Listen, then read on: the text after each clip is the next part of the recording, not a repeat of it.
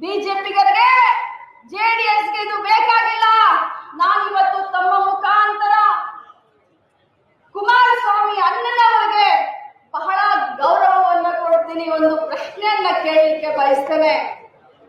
ನಾನು ಒಬ್ಬ ಹೆಣ್ಮಗಳು, ಈ ರಾಜ್ಯದಲ್ಲಿ ಮಹಿಳಾ ಮತ್ತು ಮಕ್ಕಳ ಕಲ್ಯಾಣ ಸಚಿವೆಯಾಗಿ ಸೇವೆಯನ್ನ ಸಲ್ಲಿಸ್ತಾ ಇರುವಂತಹ ಸಂದರ್ಭದಲ್ಲಿ ಮೊನ್ನೆ ತಾವು ಒಂದು ಮಾತನ್ನ ಆಡಿದ್ರಿ ಕುಮಾರಸ್ವಾಮಿ ಅಣ್ಣನವರೇ.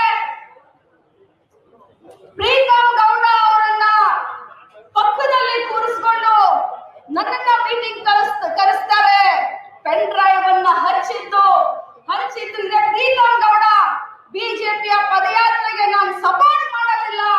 ಯಾಕಂತಂದ್ರೆ ದೇವೇಗೌಡರ ಕುಟುಂಬಕ್ಕೆ ಪ್ರೀತಮ್ ಗೌಡ ಪೆನ್ ಡ್ರೈವ್ ಅನ್ನ ಹಂಚಿ ವಿಷಯ ಎತ್ತಿದ್ದಾನೆ ಅಂತ ತಾವು ಹೇಳಿದ್ರೆ ತಾವೇ ಒಪ್ಪಿಕೊಂಡ್ರಲ್ಲ ಕುಮಾರಸ್ವಾಮಿ ಅನ್ನ, ತಾವೇ ಒಪ್ಪಿಕೊಂಡ್ರಲ್ಲ ಪೆನ್ ಡ್ರೈವ್